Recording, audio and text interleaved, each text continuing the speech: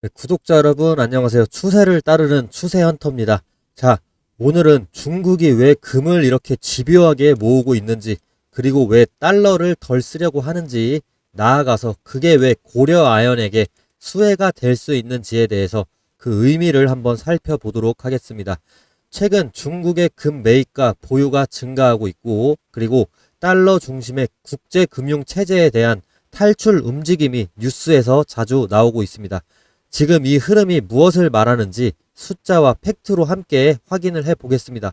자, 먼저 금에 대한 얘기가 상당히 많이 나올 텐데 집중해서 한번 들어봐 주셔야 됩니다. 자, 금은 오랫동안 가치 저장 수단으로 쓰여 왔습니다.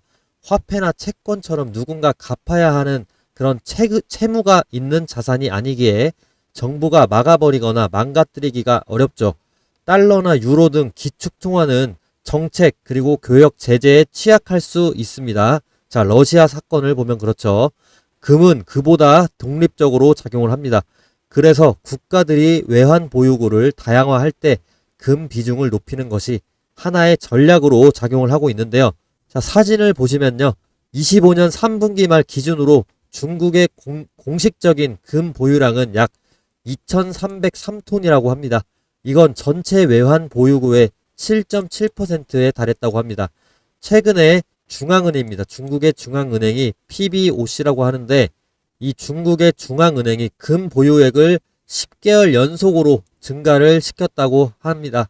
네, 인민은행의 4분기 동안 논스톱 금 매입을 보면 금은 파편화되고 불확실한 세상에서 자산을 다각화하려는 중앙은행에게 핵심적인 전략적 자산이다 라고 생각을 한다고 합니다. 네, 그 다음 뉴스입니다. 뭐 상당히 어려울 수 있지만 쉽게 제가 설명해 드리면 중국 정부는 금 수입 그리고 수출 라이선스 규제를 완화할 계획이라는 뉴스가 나왔습니다. 자, 지난달에 나온 뉴스고 최근에 이 조치는 서류 작업을 줄이고 수입 속도를 높여서 국경 간의 금 무역을 간소화하는 것을 목표로 하고 있습니다. 즉 단순히 금값이 올라서 몇 톤 더 샀다 이 정도가 아니라 금 보유 그리고 금 유통 체계 자체를 강화하려는 그런 움직임으로 지금 보이고 있습니다. 자, 그리고 블룸버그에 따르면 금 가격은 올해 중앙은행의 매입, 지정학적인 긴장 고조, 미국 금리 인하 기대에 힘입어 거의 40% 정도 상승을 했습니다. 그러면 왜 대체 중국이 이렇게 나서느냐? 그 이유 중 하나가 달러 중심 통화 체제에 대한 그 의존을 줄이려는 전략입니다. 탈달러죠. 쉽게 말해서 탈달러 하겠다는 건데 국제통화기금 보도에 따르면 주요 중앙은행들이 금 보유량을 늘리고 달러 비중을 낮추고 있다는 분석이 제기되고 있습니다. 자, 크게는 중국, 인도, 터키, 폴란드, 싱가포르 같은 나라에서 금 보유량을 늘리고 있다라고 하는데 실제로는 더 대부분의 국가들이 금 보유량을 늘리고 있죠. 지금 다만 한국만은 그렇게 행동하지는 않고 있습니다. 자, 왜 그러냐?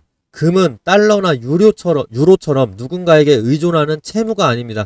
제재나 동결 리스크에 상대적으로 덜 노출될 수밖에 없습니다. 실제로 러시아가 우크라이나 전쟁 이후에 외환 보유고 일부가 동결된 경험이 있습니다. 미국이 제재를 한 거죠. 이런 경험이 여러 나라에 경각심을 주게 된 것 같습니다. 따라서 중국은 금 보유를 확대하고 금 유통 그런 체계를 간소화하고 달러 대체 가능성을 검토하는 등 이런 작업을 통해서 금융의 주권을 강화하려는 것으로 보여지고 있습니다. 자, 여기 차트에서도 알 수 있듯이 24년 들어서부터 급격하게 금을 축적하는 걸 글로벌 중앙은행들이 지금 급증을 시켰습니다. 이러한 꾸준한 제도적인 수요는 금의 장기적인 가격 재평가에 크게 기여를 할 것으로 보여지고 있습니다. 자, 중앙은행은 15년 연속 순매수자였다라고도 하죠. 자, 최근에 또 언론 보도에 따르면 중국이 금 기반의 위안화 이런 같은 개념도 검토 중이라는 이야기가 나옵니다. 금으로 뒷받침하는 위안화. 자, 이거는 단순히 금을 많이 가진다는 개념을 넘어서 금을 자국 통화의 국제적 위상을 강화하는 개념으로 쓰겠다는 거고 달러 중심 시스템에 대한 대안으로 자리매김을 하려는 것 같습니다. 자, 즉 중국이 금을 모으는 건요. 안전자산 확보 차원을 넘어서 금융체제 구조 변화의 한 축으로 보는 것이 맞을 것 같습니다. 금을 기반으로 한 이런 스테이블 코인 발행이 여러 나라 국가들에서도 추진 중이거든요. 자, 금 가격이 최근에 사상 최고치에 근접을 했습니다. 예컨대 1온스당 지금 4,200달러를 돌파하기도 했습니다. 뭐 올해만 40% 이상이 올랐는데 중국의 중앙은행 그리고 다른 중앙은행들의 연속 매입, 아까 말씀드린 대로 15년 이상 순매수하고 있고 24년부터 비중을 엄청나게 늘려준 그래프도 제가 방금 아까 보여드렸죠. 자, 이런 유통체계 강화와 맞물려서 이제 금 가격 급등이라는 현상이 나타나고 있는데, 또한 중국 내 금 리테일 소비, 이거는 좀 떨어졌지만 금괴나 금주화 형태의 투자 소유는 증가한 것으로 나타나고도 있습니다. 자, 즉 중국 내에서도 금이 취미나 선물이 아니라 금융 자산으로 이제 인식이 바뀌고 있는 거죠. 자, 10월 15일 기사입니다. 금은 미중 무역 긴장으로 처음으로 4,200달러를 돌파하고 있다라는 이런 뉴스입니다. 자, 이제 이쯤에서 고려아연에 대한 얘기가 나와줘야겠죠.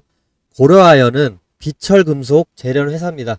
금은 고려아연의 부산물로 지금 작용을 하고 있고요. 고려아연은 아연과 연 재련 과정에서 금, 은 등을 이제 부산물로 추출을 하게 됩니다. 즉 금을 직접적으로 채굴을 하는 게 아니지만 이 정제 과정에서 함께 얻는 부가 수익원입니다. 금값이 오르면 제품 단가도 상승하고 추출된 금까지도 판매되어서 매출로 잡히게 되므로 국제 금 시세가 오르면 자연스럽게 매출 총이익이 증가할 수밖에 없죠. 비용은 일정하나 판매가는 상승하는 것입니다. 그러면 영업이익률 또한 올라갈 수밖에 없겠죠. 금 생산 단가는 거의 고정되어 있기 때문에 금값 상승, 이거는 영업이익률을 끌어올리는 직접적인 효과를 줍니다. 또한 재고로 보유 중인 금속, 이런 회계상 가치 평가도 상승하게 되면서 순자산 가치 BPS가 높아지는 효과가 있습니다. 그러면 결국에 주가가 유지된다고 했을 때 또는 조정받는다고 했을 때 PBR 자체가 내려가게 될 텐데, PBR이 뭐 1 이하로 내려가게 된다, 이렇게까지 가정을 하게 된다면 이 고려아연에 대한 기업의 재평가가 이뤄지면서 다시 한번 주가가 급등할 가능성이 높아지게 되는 거죠. 자, 25년 1분기 기준으로 했을 때 은이 약 31%, 금이 약 15%에서 합산 약 46%가 이제 근-은 매출입니다. 고려아연. 지금 이 움직임이 중요한 이유들 다시 한번 정리를 해드리면 좀 다음과 같습니다. 자, 달러 중심의 외환보유고 구조가 바뀔 가능성이 있다라는 점, 아직 확정된 건 아니죠. 그리고 중앙은행이 외환자산 포트폴리오의 금 비중을 높이면 달러 자산 수요가 상대적으로 줄어들겠죠. 자, 이런 변화가 장기적으로 금 가격 이걸 올려줄 수가 있고 고려아연의 매출과 영업이익률 자체도 올려줄 수 있다라는 겁니다. 다만 뭐 부가적으로 말씀드리면 달러 대체가 쉽게 되는 건 절대 아니죠. 지난 100년간 달러의 약세에 대한 그런 우려는 계속해서 나왔던 거고, 그런 위기를 달러는 계속해서 넘겨줬습니다. 자, 달러 체제에는 아직 인프라 그리고 신뢰, 네트워크 우위가 여전히 존재합니다. 역사가 너무나도 길기 때문이에요. 그러나 금은 달러의 역사보다도 훨씬 더 수십 배에 해당하는 자산으로서의 지위를 갖고 있고 역사를 갖고 있습니다. 그렇지만 금만 쌓으면 안전하다라는 인식은 너무 그렇게 단순화하면 좀 안 될 것 같고요. 균형 있게 좀 안전자산, 금과 달러를 보유하는 게 가장 합리적이지 않을까 싶습니다. 그리고 금값 상승의 그 이면에는 고려아연의 주가 상승도 있을 수 있다는 점, 오늘 영상에서 제가 깊게 말씀드리고 싶었던 내용이고요. 자, 그리고 어느 구간에서도 안정적으로 수익을 볼 수 있는 기술적인 지표를 한번 보시겠습니다.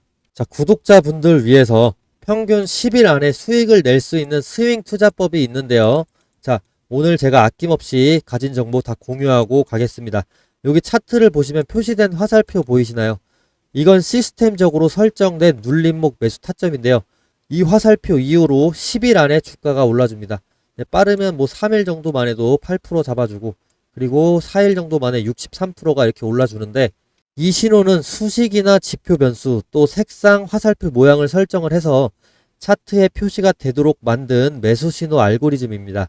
이 타점을 제가 구독자분들에게 완전히 무료로 공유를 해드리려고 합니다. 이건 광고도 아니고 유료 신호도 절대 아닙니다. 제가 직접 사용 중인 실전 매수 알고리즘 단 한 푼도 받지 않고 공개를 하겠습니다. 이 신호 하나면 감이 아니라 이제 근거를 갖고 매매를 하실 수가 있는 거죠. 이 신호에 대해서 구체적으로 한번 설명드리면서 오늘 영상은 마치도록 하겠습니다. 네, 여러분, 제가 매수 신호 설명드리기 전에 정말 충격적인 이벤트 소식 하나 알려드릴까 합니다. 제가 사실 800만원짜리 매수 신호 알고리즘을 직접 구매를 했습니다. 그런데 이걸 저는 혼자 쓰지 않고 제가 유튜브 채널에 투자한다고 생각을 하고 구독자분들 이벤트로 하기 위해서 구매를 한 건데요. 자, 여기 보시면 진짜 실제로 800만원 제가 지불하고 구매한 매수 신호입니다. 다 유튜브를 하기 위해서 제가 투자한다 생각하고 구독자 이벤트로 구매를 했습니다. 이 매수 신호가 얼마나 유의미하냐면 10일 안에 수익을 낼 수 있는 스윙 트레이딩 기법인데, 자, 제가 800만원 주고 구매한 이유가 있습니다. 지금 한미 반도체 차트를 보시면요, 9월 30일에 매수 신호가 떴죠. 9월 30일에 매수 신호 떴는데 제가 10월 1일에 이 썸네일로 영상을 하나 내보냅니다. 내일 불기둥 확정이다 라고 지금 영상 찾아보시면 있을 겁니다. 그리고 매수 신호가 단순히 떴다고 하면 안 믿으실까봐 3분기 실적을 핑계로 해서 폭발할 가능성이 크다라는 이런 시나리오를 제가 설명하고 있습니다. 10월 1일에 찍은 방송 맞고요. 제가 10월 1일에 이렇게 자극적인 썸네일을 쓸 수가 있었던 이유, 불기둥 확정이다라는 썸네일을 자극적으로 쓸 수가 있었던 이유, 욕먹을 각오도 충분히 했거든요. 근데 9월 30일에 이렇게 매수 신호가 떠줬기 때문에 9월 1일에 저는 확신해서 이렇게 방송 영상을 올린 겁니다. 그리고 10월 2일에 이렇게 불기둥 떠주고 있죠. 자, 예상대로 10월 2일 캔들이 폭발적으로 터졌습니다. 자, 우리기술 차트를 보시면요, 우리기술도 마찬가지입니다. 9월 23일에 매수 신호가 떴죠, 우리기술. 자, 그리고 제가 9월 23일에 바로 우리기술 영상을 올립니다. 지금 뉴스는 없는데 지금 주가는 주주들의 기다림을 시험하고 있다라고 보면 된다. 근데 앞으로 무조건 더 좋아질 거라는, 무조건이라는 제가 표현을 쓰면서까지 우리기술 매수를 추천을 했습니다. 이 강력한 근거가 저는 이 매수 신호였습니다. 9월 23일에 매수 신호 떴기 때문에 바로 방송 켜서 우리기술 소개했었죠. 이 신호는요, 매일 아무 때나 뜨는 게 아닙니다. 특정한 눌림목에서 타점이 나오고요. 그래서 더 강력합니다. 매수 신호 뜨면은 이틀에 14% 그리고 이틀에 22%까지 이렇게 올라주거든요. 빠르면 하루, 그리고 늦어도 10영업일 안에 결과 나옵니다. 매도 타점은 제가 직접 문자로 공유 드리기 때문에 안심하시면 되고요. 매도나 손절 라인은 단체 연락처 저장해서 한 번에 다 문자 드릴 겁니다. 자, 여러분, 이제는 여러분 차례입니다. 이 매수 신호 무료로 받아보고 싶으시다면 위에 보이는 이 제 번호로요, 구독이라고 두 글자만 적어서, 그리고 종목명까지도 적어서 보내주세요. 선착순 100분에게만 보내드릴 겁니다. 저도 800만원 주고 산 신호입니다. 800만원. 네, 언제까지 드릴 수 있을지 몰라요. 오늘이 기회입니다. 지금 바로 문자 보내셔서 받아가시길 바랍니다.